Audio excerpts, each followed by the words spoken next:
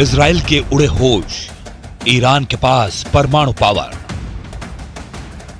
भले ही Hamas chief Haniyeh को मारकर इजराइल ने हमास की कमर तोड़ दी हो, भले ही हिजबुल्लाह के टॉप कमांडर फऊद शुकर को मारकर इजराइल ने अपनी लड़ाकू क्षमता साबित कर दी हो, लेकिन अब इजराइल का पाला ईरान से पड़ा है, जिसने इस बार ईरान पर ऐसा पलटवार करने का वॉर प्लान तैयार किया है कि इजराइल और अमेरिका के होश फाख्ता हो गए हैं।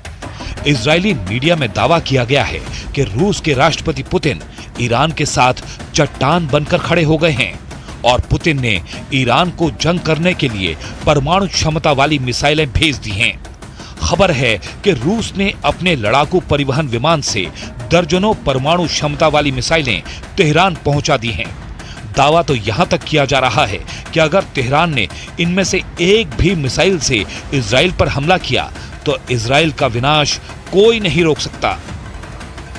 आप जरा इन तस्वीरों को देखिए।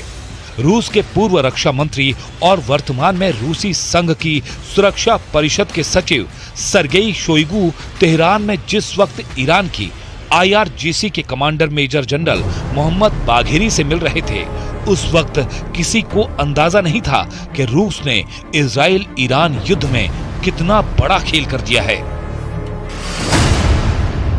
इजरायली मीडिया का दावा है कि ईरान की राजधानी तेहरान में एक गुप्त मीटिंग हुई है, जिसमें रूस ने तुरंत ही ईरान की सभी मांगे मान ली हैं। दावा किया गया है कि रूस की तरफ से पूर्व रक्षा मंत्री सरगेई शोइगु ने IRGC के top commander major general Mohammad Bagheri से मुलाकात की और उन्हें परमाणु क्षमता वाली मिसाइलें देने का रास्ता साफ कर दिया।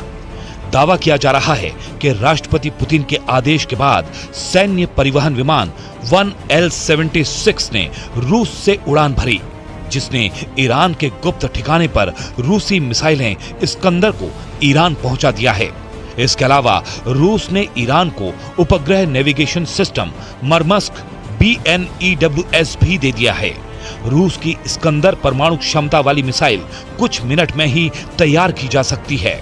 इस मिसाइल के मिलने से ईरान अब इजराइल में घुसकर कभी भी हमला कर सकता है, जबकि रूस का उपग्रह नेविगेशन सिस्टम मरमस्क BNEWS ईरान को ऐसी क्षमता देगा कि इजराइल के लड़ाकू जेट और मिसाइलें हमला तक नहीं कर पाएंगी।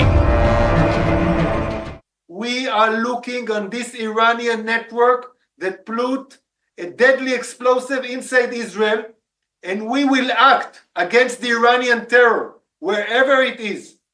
We will not expect, we will not get any Iranian explosive devices here and not do anything.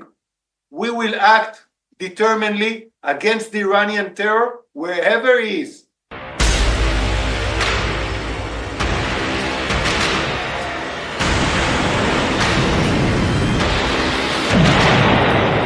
अब सवाल उठता है कि रूस ने इतना बड़ा जोखिम लेकर ईरान को परमाणु क्षमता वाली मिसाइलें क्यों दे दी? तो इसका सीधा सा जवाब है, ईरान ने अपने देश को वजूद पर रखकर यूक्रेन युद्ध में रूस की जबरदस्त सैन्य मदद की है। जंग में ईरान रूस की 900 दिनों से मदद कर रहा है। अब तक ईरान रूस को हजारों रॉकेट, सैकड़ों आत्मघाती ड्रोन दे चुका है, जिसमें शाहिद और मुहाजिर सीरीज के ड्रोन भी शामिल हैं। रूस को ईरानी हथियारों से यूक्रेन को तबाह करने में जबरदस्त मदद मिली। यहां तक कि नेटो और अमेरिका के हथियारों को भी रूस ने ईरानी हथियारों से उड़ाया। लेकिन अब ईरान की राजधानी में जिस तरह से हमास चीफ हानिया को मारा गया है, तो रूस ने ईरान की जमकर मदद करने का वादा पूरा करना शुरू कर दिया है। जरा देखिए रूस के हथियार कैसे ईरान के लिए ब्रह्मास्त्र बनने जा रहे हैं।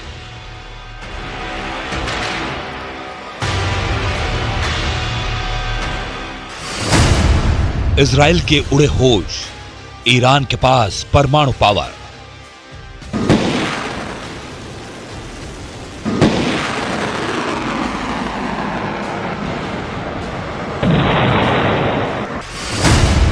ईरान की मिसाइल जरूरतों के मद्देनजर उसे रूस ने इस्कंदर मिसाइलें दी हैं।